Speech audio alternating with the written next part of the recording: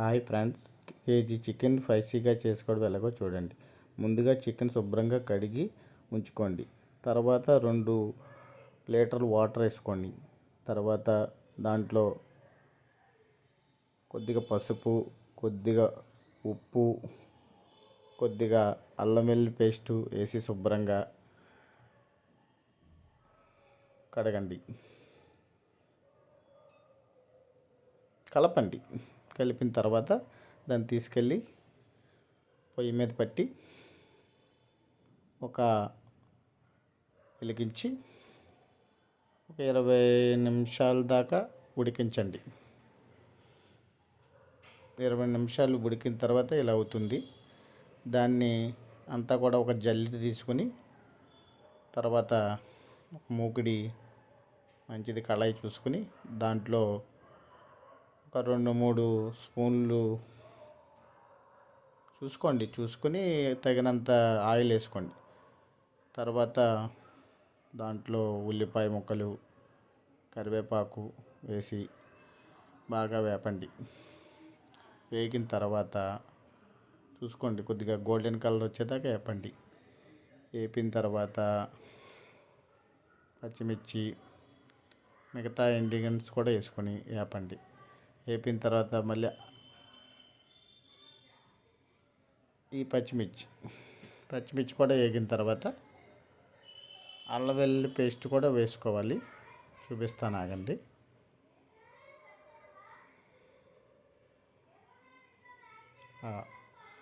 వేపండి.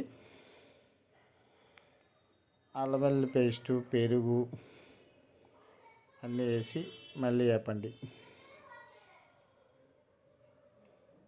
ఎందుకంటే ముందు కొద్దిగా మనం చికెన్ ఉడకబెట్టినప్పుడు కొద్దిగా అల్లం పేస్ట్ ఉంది కాబట్టి ఇందులో కొద్ది తక్కువ వేసుకోండి. బాగా వేపండి. ఆయిల్ వచ్చేదాకా వేపండి. ఆయిల్ పైకి తేలేదాకా వేపి బాగా వేగిన తర్వాత కారం 2 స్పూన్లు సరిపోతుంది, లేదా కొద్దిగా తర్వాత మనకి కావాలితే వేసుకోవచ్చు, లేకపోతే ఒకసారి సరిపోద్దేమో చూసుకుందాం. అది బాగా వేపాలి.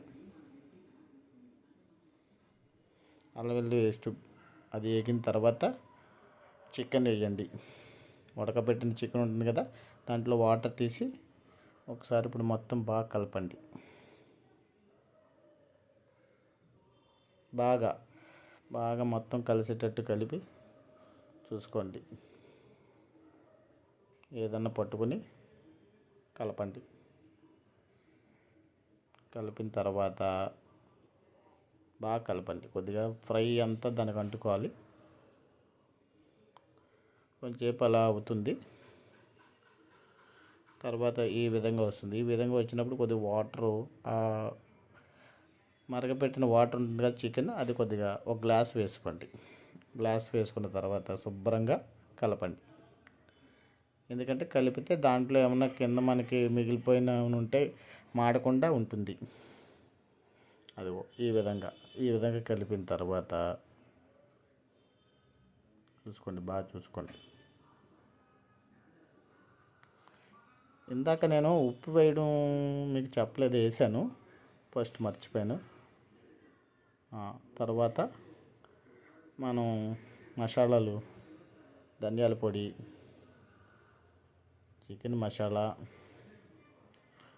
మనం నూరి పెట్టుకున్న మసాలా ఉంటుంది అది కూడా, దాంతోపాటు కొద్దిగా కరివేపాకు, కొత్తిమీర కూడా ముందుగా కొద్దిగా